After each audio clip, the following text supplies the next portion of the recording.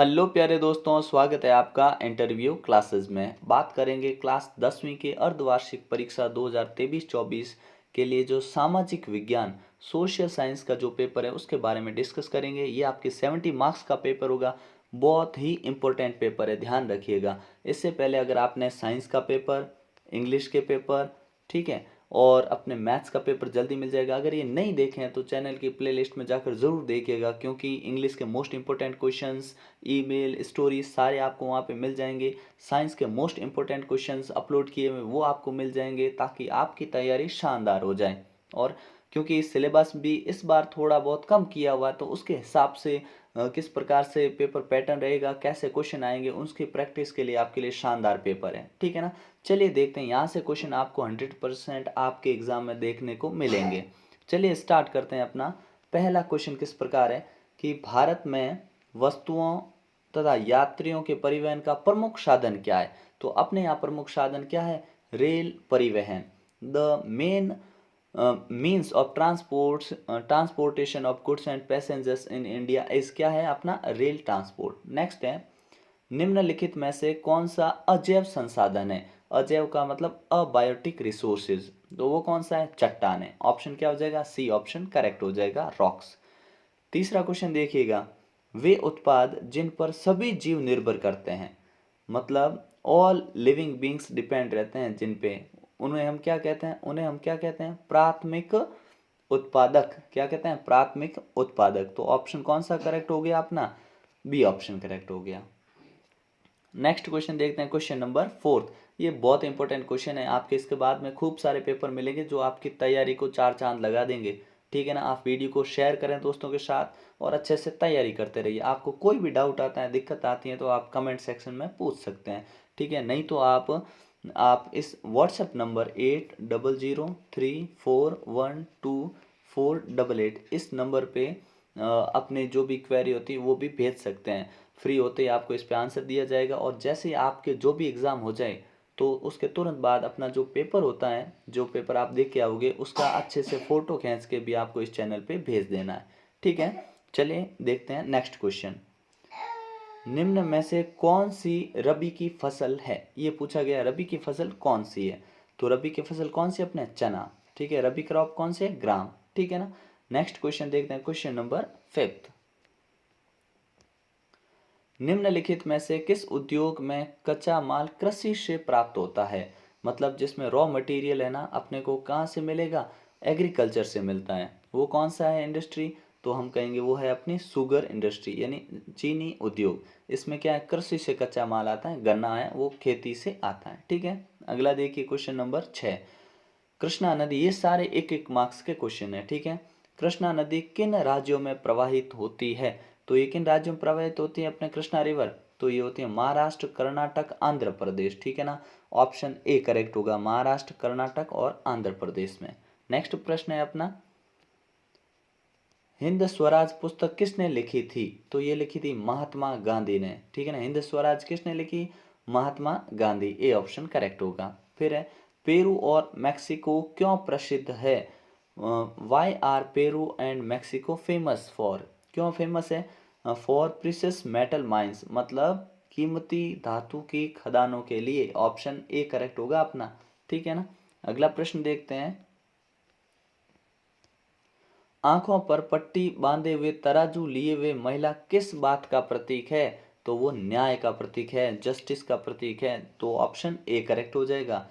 लोकतंत्र के लिए आवश्यक है, क्या आवश्यक है? तो लोकतंत्र के लिए धन बल नहीं, स्वतंत्र और निष्पक्ष चुनाव, बिल्कुल ऑप्शन बी करेक्ट हो जाएगा, ठीक है। ये दोनों भी नहीं चाहिए लोकतंत्र में। अगला देखते हैं क्वेश्चन, शिक्षा किस सूची का विषय है? शिक्षा है अपने समवर्ती सूची का। कारण, क्योंकि शिक्षा पे है ना राज्य सरकार और संघ सरकार यानी केंद्र सरकार दोनों इस पे है ना कानून बनाते हैं, ठीक है। तो समवर्ती सूची हो जाएगा करेक्ट आंसर, श्योर, ठीक है ना। अगला है, जनसंघ के संस्थापक थे, कौन थे? तो Shyama Prasad Mukherjee, option A correct हो जाएगा। अगला क्वेश्चन देखिए, भारतीय रिजर्व बैंक की स्थापना कब हुई? तो ये हुई थी अपने 1935, ठीक है ना। ऑप्शन बी करेक्ट हो जाएगा। जीडीपी का पूरा नाम क्या है? तो सकल घरेलू उत्पाद, ऑप्शन ए करेक्ट होगा। फिर है भारत में राष्ट्रीय कांग्रेस की स्थापना कब हुई, तो ये हुई थी 1885 में। किसने की थी, ए ओ ह्यूम ने, ठीक है ना, ए ओ ह्यूम ने की थी, ठीक है। अगला क्वेश्चन देखते हैं। नेक्स्ट है फिल इन द ब्लैंक्स वाले क्वेश्चन आ जाएंगे आपके सामने, ठीक है। यहाँ मार्क्स वेरी कर सकते हैं और कुछ भी वेरी नहीं करेगा, क्वेश्चन आपको इसी टाइप के और यही क्वेश्चन ज़्यादातर यहाँ से ही आपको देखने को मिलेंगे, ठीक है। जल परिवहन देश का सबसे परिवहन साधन है, कैसा, सस्ता परिवहन साधन है, क्या बोलेंगे हम, सस्ता, और बहुत इंपॉर्टेंट है, ठीक है ना। संपूर्ण उत्तरी मैदान मृदा से बना है, तो संपूर्ण उत्तरी मैदान है ना, एक कैसी मृदा से बना है, तो हम बोलेंगे जलोढ़ मृदा से बना है, कैसा, जलोढ़, ठीक है, जलोढ़ मृदा से बना है, याद रखिएगा इसको। अगला है स्थायी वन क्षेत्र का सर्वाधिक क्षेत्र डैश राज्य में है। अगर स्थायी वन क्षेत्र पूछा जाए सबसे ज्यादा कौन से राज्य में, तो हम बोलेंगे एक तो है अपना मध्य प्रदेश में, और दूसरा कहाँ बोलेंगे, दूसरा है अपने असम में, ठीक है, मध्य प्रदेश और असम में। अगला पूछा है भारत में कॉफी की प्रमुख किस्म है। भारत में अगर हम कॉफी की बात करें तो प्रमुख किस्म कौन सी है, तो हम कहेंगे अरेबिका, क्या नाम है, अरेबिका, अरेबिका, ठीक है। ये कॉफी के प्रमुख किस्म है जो भारत में मिलती है। अगला देखिए, कृष्णा गोदावरी नदी बेसिन डैश के विशाल भंडार खोजे गए। इस बेसिन में किस चीज के विशाल भंडार मिले हमें, तो हम जानते हैं इस पे मिले प्राकृतिक गैस के, प्राकृतिक गैस के विशाल भंडार मिले यहाँ पे, ठीक है। अगला प्रश्न देखते हैं, भाखड़ा नांगल परियोजना का विकास डैश नदियों के बेसिन में हुआ है। भाखड़ा नांगल का कौन कौन सी नदियों के हुआ है, तो हम कहेंगे सतलुज, और दूसरी नदी कौन सी है, व्यास, ठीक है ना, सतलुज और व्यास नदी के डेल्टा पर हुआ है, ठीक है। अगला प्रश्न देखते हैं, दूसरा गोलमेज सम्मेलन कहाँ हुआ था, तो ये हुआ था अपने गांधी जी गए थे लंदन, ठीक है, ऐसे याद रख लेना, लंदन में हुआ था, ठीक है। अगला देखिए, श्रीलंका में गृह युद्ध समाप्त हुआ था, किस वर्ष समाप्त हुआ था गृह युद्ध, तो ये आज से 15-16 साल पहले, कब, 2009 में गृह युद्ध समाप्त हो गया था। अगला प्रश्न है, भारतीय संविधान में भाषाओं को अनुसूची में रखा गया है, कौन सी अनुसूची में रखा गया भाषाओं को, तो 8वीं अनुसूची में, कौन सी, 8वीं अनुसूची में रखा गया है। दुनिया का सबसे बड़ा लोकतांत्रिक देश कौन सा है, तो फिल इन द ब्लैंक्स में यहाँ क्या आएगा, भारत, कौन सा है, भारत। अगला प्रश्न देखते हैं, यहाँ से आपसे अति लघुत्रात्मक प्रश्न पूछे जाएंगे, वेरी शॉर्ट टाइप क्वेश्चन पूछे जाएंगे, ठीक है ना। देखिए, कपास की कृषि के लिए कौन सी मृदा उपयोगी है, कपास की कृषि करनी तो कौन सी मृदा, तो बोलेंगे काली मृदा, कौन सी होगी, काली मृदा। अगला देखिए, श्लेष और बर्न किससे संबंधित है, श्लेष मतलब होता है काटना, बर्न यानी जलाना, तो ये किससे संबंधित है, तो इसको हम कहते हैं झूम कृषि, या इसको स्थानांतरित भी बोलते हैं, ठीक है ना, स्थानांतरित कृषि, ठीक है, या झूम कृषि, ठीक है ना। अगला देखिए, भारत में उगाए जाने वाले मुख्य रेशेदार फसलों के नाम, जब भी रेशेदार पूछे तो फसल क्या बोलेंगे, कपास हो गया, ठीक है ना, दूसरी दूसरी जूट बोल देंगे, जूट नहीं जूट, ठीक है ना, जूट, सन, ठीक है ना, ये 3 नाम याद रखिएगा, ठीक है, जो रेशेदार है मुख्य फसलें, ठीक है, धागे के समान। उद्योग के लिए मुख्य आधार क्या होता है, तो उद्योग, अगर उद्योग है तो उसके लिए मुख्य आधार होता है कच्चा माल, ठीक है ना, क्या चाहिए, कच्चा माल चाहिए ताकि उद्योग चल सके। अगला देखिए, टिहरी बांध कहाँ और किस नदी पर है, टिहरी बांध पहले बताना है कहाँ, फिर है कौन सी नदी पे, तो ये है अपने उत्तराखंड में, कहाँ है, उत्तराखंड, उत्तराखंड में, और नदी कौन सी है, तो नदी याद रखना भागीरथी, भागीरथी नदी पे, ठीक है ना, भागीरथी नदी, ठीक है। अगला प्रश्न देखते हैं, गीत गोविंद की रचना किसने की है, तो बड़ा सिंपल क्वेश्चन है, जयदेव ने, जयदेव, लेखक का नाम क्या है, जयदेव, ठीक है ना, जयदेव। अगला है, प्रथम विश्व युद्ध में मित्र देश कौन कौन थे। अब देखिए, उस समय क्या थे, एक तो थे मित्र देश, ध्यान रखिएगा, बड़ा अच्छा क्वेश्चन है आपसे। दूसरे थे दूरी देश, दूरी भी पूछे जा सकते हैं, मित्र भी पूछे जा सकते हैं। तो मित्र में कौन कौन आता था, मित्र में आता था अपना ब्रिटेन, ये मित्र कहलाते थे, एक पक्ष से लड़ रहे थे, ब्रिटेन हो गया, फिर अमेरिका था इसमें, ठीक है ना, ब्रिटेन, अमेरिका, फ्रांस, रूस, ये सभी थे। लेकिन दूरी में कौन आ रहे थे, तो दूरी वाले भी याद रखना, ठीक है ना। कौन था, जर्मनी, ठीक है ना, जर्मनी हो गया, जापान हो गया, इटली हो गया, ठीक है ना, इनका नाम ध्यान रखना। तो मित्र पूछे तो ब्रिटेन, अमेरिका, ठीक है ना, रूस, फ्रांस, ये हो गए। और दूरी राष्ट्र पूछे तो Germany, Italy, Japan, Hungary, Austria, तुर्की, ऐसे कुछ देश थे, ठीक है ना, याद रखिएगा इन दोनों को, ठीक है। अगला क्वेश्चन देखते हैं, एकात्मक शासन व्यवस्था किसे कहते हैं। तो एकात्मक शासन व्यवस्था किसे कहते हैं, जहां पर एक ही स्तर की सरकार होती है। कैसी, एक ही स्तर की सरकार होती है, उसे कहते हैं एकात्मक शासन व्यवस्था। The first lady of civil rights किसे कहा गया है, तो ये कहा गया है आपने रोजा पार्कन। क्या नाम था उनका, रोजा पार्कस, ठीक है ना, रोजा पार्कस, याद रखिएगा। अगला क्वेश्चन देखते हैं, देश की पहली रेलगाड़ी कब और कहां से कितनी दूरी तक चलाई गई थी। तो सबसे पहली रेलगाड़ी है ना, वो अपने कहाँ चली थी, हम जानते हैं ये चली कब थी, तो आपसे पूछे 16 अप्रैल, ठीक है ना। और समय क्या था आपने, 1853, 16 अप्रैल 1853, मुंबई से गई थी ठाणे। मुंबई से कहाँ, ठाणे गई थी, ठाणे, ठाणे, ठीक है। और कितने किलोमीटर, तो किलोमीटर भी पूछे तो ध्यान रखना 34 किलोमीटर गई थी, ठीक है ना, 34 किलोमीटर याद रखना। अगला देखते हैं, यहाँ से आपसे खंड ब में पूछे जाएंगे, लगभग 10-12 क्वेश्चन पूछे जाएंगे, जिसमें आपको 2 या 1.5 मार्क्स के क्वेश्चन ये होंगे, ठीक है ना। अब देखिए, आपके यहाँ 2 नंबर के क्वेश्चन पूछे गए हैं 12 आपसे, ठीक है ना। चलिए देखते हैं इनके आंसर किस प्रकार से देने हैं आपको, थोड़ा जूम कर लेते हैं, ठीक है ना। ये सेक्शन बी होगा, ठीक है ना।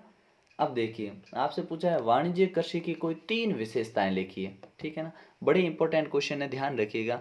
तो वाणिज्य कृषि क्या होती है, इसमें एक तो क्या, उत्पादन कम होता है, प्रति हेक्टेयर होता है ना, प्रति हेक्टेयर उत्पादन कम, ठीक है, उत्पादन क्या होता है, कम होता है, पहली बात। दूसरी बात क्या होती है कि कम जनसंख्या के कारण ये प्रति व्यक्ति अधिक उत्पादन होता है। जनसंख्या जहाँ कम होती है ना, वहाँ प्रति व्यक्ति उत्पादन मात्रा यहाँ अधिक रहती है। और फसल काटने के लिए इसमें क्या होता है, आधुनिक यंत्रों का उपयोग होता है। किसका, आधुनिक यंत्रों का उपयोग किया जाता है वाणिज्यिक कृषि में। क्योंकि बड़े स्तर पे अगर वाणिज्यिक कृषि मतलब पैसा कमाने के लिए की जा रही, तो यंत्रों का श्रम बचेगा, टाइम बचेगा, ठीक है ना, उस हिसाब से। फिर बोला गया है भूमि निम्नीकरण के कोई 2 कारण बताइए। भूमि निम्नीकरण होता है ना, उसके कोई 2 कारण बताने हैं। तो कोई 2 कारण हम क्या कहेंगे, एक तो मृदा अपरदन हो जाता है, ठीक है, भूमि निम्नीकरण हो जाता है, ठीक है, मृदा अपरदन हो गया, रासायनिक खादों का प्रयोग ज़्यादा हो गया, ठीक है, कभी कभी अति पशुचारण कर देते हैं तब भी हो जाता है, ठीक है ना। तो इस प्रकार के आपको 2-4 आप लिख सकते हैं, आपको 2 याद रखने हैं, ठीक है। अगला क्या बोला गया है, नवीकरण योग्य और अनवीकरण योग्य संसाधन को स्पष्ट कीजिए। तो इतना ध्यान रखिए, नवीकरण योग्य का मतलब क्या हो गया, ऐसे संसाधन जिनका निर्माण हम पुनः कर सकते हैं। अनवीकरण मतलब एक बार समाप्त होने के बाद इनका उपयोग हम नहीं कर सकते हैं। फिर इनके उदाहरण क्या लिख दोगे, इनका उदाहरण हो जाएगा अपने सौर ऊर्जा हो गया, ठीक है ना, पवन ऊर्जा हो गया, ठीक है ना, ये हो जाएंगे। इनका उपयोग हम कर सकते हैं, कोई दिक्कत नहीं है, ठीक है ना, जितना चाहें उपयोग कर सकते हैं। लेकिन अनवीकरणीय होता है ना, इनका उपयोग लिमिटेड होते हैं, ये क्या, सीमित होते हैं। इनका उपयोग हम ज़्यादा करेंगे तो नष्ट हो जाएंगे, ख़त्म हो जाएंगे, जैसे कोयला हो गया, ठीक है ना, पेट्रोलियम हो गया, इस प्रकार की चीज़ें, ठीक है ना, प्राकृतिक गैस वगैरह, है ना। फिर पूछा गया हरित क्रांति से क्या आशय है। तो हरित क्रांति आप जानते हैं, हरित क्रांति विशेष तौर से देश में कृषि उत्पादन को बढ़ाने के लिए लाए थे, ठीक है ना। किसको, कृषि उत्पादन, क्योंकि उस समय कृषि उत्पादन बढ़ाना जरूरी था, क्योंकि भयंकर अनाज की कमी थी देश में। तो इसको लाई गई, एक नीति लाई गई विशेष तौर से, जिसमें हरित क्रांति मतलब कृषि, कृषि क्योंकि हरी भरी होती है फसलें, उस हिसाब से इसका नाम रख दिया गया, ठीक है। पारंपरिक तरीकों के स्थान पे नए तरीकों से खेती की गई और उन्नत बीजों का प्रयोग किया गया, इसी को हमने क्या बोला, हरित क्रांति बोला, ठीक है ना। अगला क्वेश्चन देखिए, गांधी इरविन पैक्ट अथवा दिल्ली समझौता क्या था। पहला, गांधी और इरविन के बीच में जो समझौता दिल्ली में हुआ उसको दिल्ली समझौता या गांधी इरविन पैक्ट कहते हैं, ठीक है ना। अब ये क्या था, इसमें क्या हुआ कि ये हुआ कब था, पूछे डेट कभी पूछ ले, क्योंकि क्वेश्चन तो बन सकता है, ठीक है ना। 5 मार्च 1931 को हुआ था, ठीक है ना। इसमें क्या हुआ, गांधी और इरविन दोनों ने बातचीत की और लॉर्ड इरविन के बीच में ये संपन्न हुए ना, तो इसके अनुसार गांधी जी ने आंदोलन स्थगित कर दिया था। कौन सा, गांधी जी चला रहे थे उस समय सविनय अवज्ञा आंदोलन, ठीक है ना। इस आंदोलन को रोक दिया, इरविन के कहने पे, और गांधी जी की कुछ मांगे थी वो इस इरविन ने मान ली। ऐसे करके दोनों राजी हो गए, ठीक है ना, ये ध्यान रखना। ठीक है, इसी को क्या बोला गया, दोनों ने पैक्ट कर लिया, समझौता कर लिया। ठीक है, अगला देखिए, नेक्स्ट है संघीय सरकार किसे कहते हैं। तो संघीय सरकार ऐसी सरकार को कहा जाता है, क्या होता है संघीय सरकार में, कि राज्य और संघ यानी केंद्र, इन दोनों में शक्ति का विभाजन इस प्रकार से किया जाता है। कैसे, मान लीजिए ये अपना राज्य है और ये अपना संघ यानी केंद्र है। ठीक है, मैं केंद्र लिख देता हूँ, ठीक है ना, ये केंद्र है। इनके बीच शक्ति का ऐसा बंटवारा करते हैं कि कोई भी नया कानून बनेगा ना, तो इन दोनों की अनुमति के बिना वो पास नहीं हो सकता। कहने का मतलब केंद्र अकेला नहीं कर सकता, राज्य भी कुछ अकेला नहीं कर सकता। इन दोनों की बराबर जिम्मेदारी होगी, दोनों की हिस्सेदारी रहेगी, तभी वो परिवर्तित हो पाएगा। इसी को बोला गया है संघीय सरकार, मतलब संघ की सरकार, मतलब साथ साथ की सरकार, साथ में बनी हुई सरकार। ठीक है, अगला देखिए, भारत में विकेंद्रीकरण क्या है। तो ये भी बड़ा इंपॉर्टेंट है। देखिए, केंद्रीकरण मतलब होता है एक केंद्र में कोई काम होना, ठीक है ना। विकेंद्रीकरण मतलब एक केंद्र में काम नहीं होना। इसमें क्या होती है, शक्तियां होती है ना, उच्च स्तर की जो सरकार होती है, जैसे अपने केंद्र सरकार उच्च स्तर की सरकार है, ठीक है। ये जो राज्य सरकारें होती है ना, उनको कुछ शक्तियां और कार्य हस्तांतरित कर देती है, हस्तांतरित कर देती, कहने का मतलब केंद्र ये कहता है कि जो भी राज्य है वो अपने स्तर पे जो काम हो सकते हैं उनको करें, ताकि हम पे भी लोड ज़्यादा नहीं पड़े और काम भी होते रहे। ठीक है ना, ये ध्यान रखना। अगला देखिए, परंपरागत तथा गैर परंपरागत ऊर्जा संसाधन में अंतर बताइए। बहुत इंपॉर्टेंट क्वेश्चन है, ध्यान रख लीजिएगा। तो परंपरागत ऐसे जो संसाधन होते हैं, जो कि ऊर्जा के संसाधन जो पुराने समय से हम इस्तेमाल करते आ रहे हैं। जबकि गैर परंपरागत में क्या होता है, ये अभी अभी इस्तेमाल शुरू हुए हैं, कब, जब वैज्ञानिक की खोज शुरू हुई है तब से। ठीक है ना। और ये जो परंपरागत होते हैं ना, इनकी खास बात क्या है, इसमें ऊर्जा के क्षय संसाधन भी कहलाते हैं, मतलब ये नष्ट होने वाले संसाधन है। और ये क्या होते हैं, नष्ट होने वाले संसाधन नहीं होते हैं, मतलब ये समाप्त नहीं होते हैं। ठीक है, ये बात ध्यान रखिएगा। अगली बात क्या, इसके अंदर उदाहरण दे सकते हैं, जैसे हम मनुष्य है, वो भी क्या है, परंपरागत संसाधन में आएगा। मनुष्य भी नष्ट हो सकता है, ठीक है ना। और ईंधन हो गया, कोयला, खनिज, ऐसी चीजें। इसमें क्या आता है, इसमें ऊर्जा, जो कि आप बोल दो पवन ऊर्जा हो गया, सौर ऊर्जा, भूतापीय ऊर्जा, ज्वारीय ऊर्जा, वो इसमें आता है। ठीक है, तो ये अंतर आप लिख सकते हैं। अगला देखिए, धर्मनिरपेक्ष शासन का क्या आशय है। बड़ा आसान क्वेश्चन है। धर्मनिरपेक्ष का मतलब किसी भी धर्म का पक्ष नहीं लेना। धर्मनिरपेक्ष मतलब धर्म के आधार पर किसी भी व्यक्ति या किसी भी समाज के साथ भेदभाव नहीं करना, धर्मनिरपेक्ष कहलाता है। और इसमें होता क्या है, इसमें राजनीतिक, सांस्कृतिक, आर्थिक, इन सभी को धर्म से अलग रखा जाता है और सभी को एक समान दृष्टि से देखा जाता है। उसी को हम धर्म निरपेक्ष कहते हैं शासन को। ठीक है ना।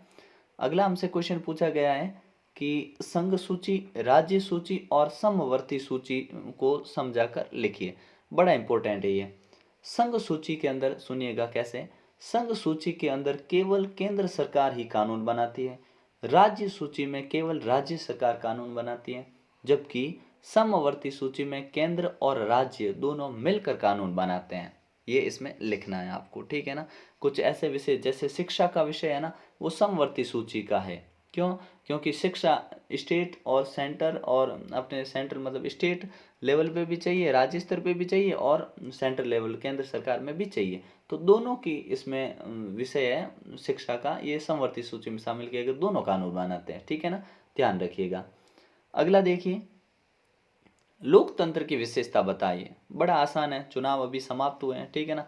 तो लोकतंत्र की विशेषता क्या है, लोकतंत्र का पहला ही नियम है कि लोगों का तंत्र, जहाँ लोग शासन करेंगे। ठीक है, इसमें मुख्य उद्देश्य सबको समान रखना।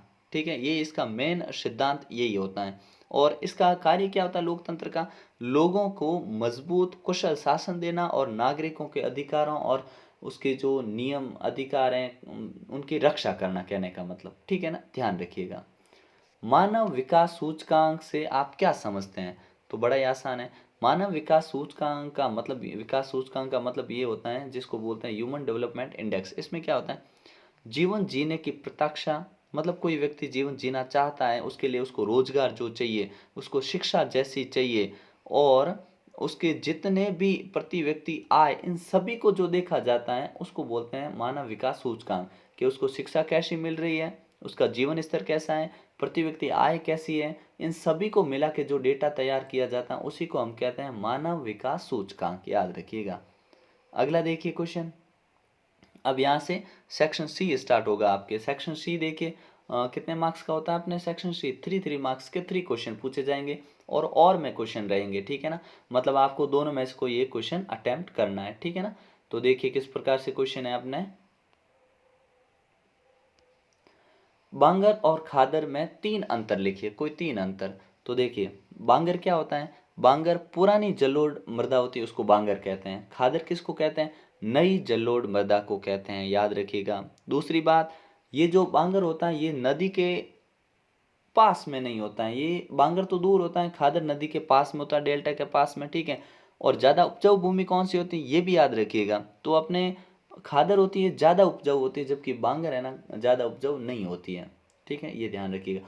क्योंकि बांगर में ना पानी ऐसे बार बार आने से मिट्टियाँ आती रहेगी, जमा होती रहेगी, ऊंची जगह बन जाएगी, फिर बाद में पानी आ नहीं पाएगा, ये भी ऐसे इसका भी नुकसान होता है बांगर का, ठीक है ना। तो खादर उपजाऊ जमीन होती है, फसल भी अच्छी होती है और शानदार होती है, कहने का मतलब, ठीक है ना। अगला देखिए, कोयले की विभिन्न श्रेणियों में वर्गीकृत करके उनके कार्बन की प्रतिशत मात्रा लिखिए। तो कोयला देखिए 4 वर्गों में बांटा गया, आप जानते हो। एक तो पीट होता है जो सबसे निम्नतम माना जाता है, फिर अपने लिग्नाइट होता है, ठीक है, लिग्नाइट। लिग्नाइट पीट में कार्बन होता है 60 से 65 मान लो, या 60 से 70 तक मान लो, ठीक है ना। 60 से 67 लिख देते हैं, ठीक है, 67 तक इतने परसेंट इसमें कार्बन होता है। लिग्नाइट में कितना होता है, लिग्नाइट में 70 के अप्रॉक्स हो जाता है लगभग, ठीक है। इसके बाद में बचता है अपना विटामिन्स, ठीक है, विटामिनस, ठीक है। और सबसे बेस्ट होता है उसको हम कहते हैं एंथ्रासाइट। क्या बोलते हैं, एंथ्रासाइट, ध्यान रखिएगा, एंथ्रासाइट। अब विटामिन में कितना होता है, विटामिन में लगभग होता है 80%, ठीक है, कार्बन। और इसमें होता है अपने 92, 95 या 96 या 97 तक लगभग इतना कार्बन इसमें होता है। तो बेस्ट कौन सा हुआ अपना, एंथ्रासाइट बेस्ट हुआ, ठीक है। अगला क्वेश्चन देखिए, संगठित और असंगठित क्षेत्रकों में अंतर बताइए। तो बहुत ही आसान है, ये सरकार द्वारा संगठित होते हैं ना, जो सरकारी नौकरी पेशे वाले लोग होते हैं ना, ये संगठित होते हैं। तो ये सरकार द्वारा नियंत्रित होता है, ये सरकार द्वारा नियंत्रित नहीं होता है।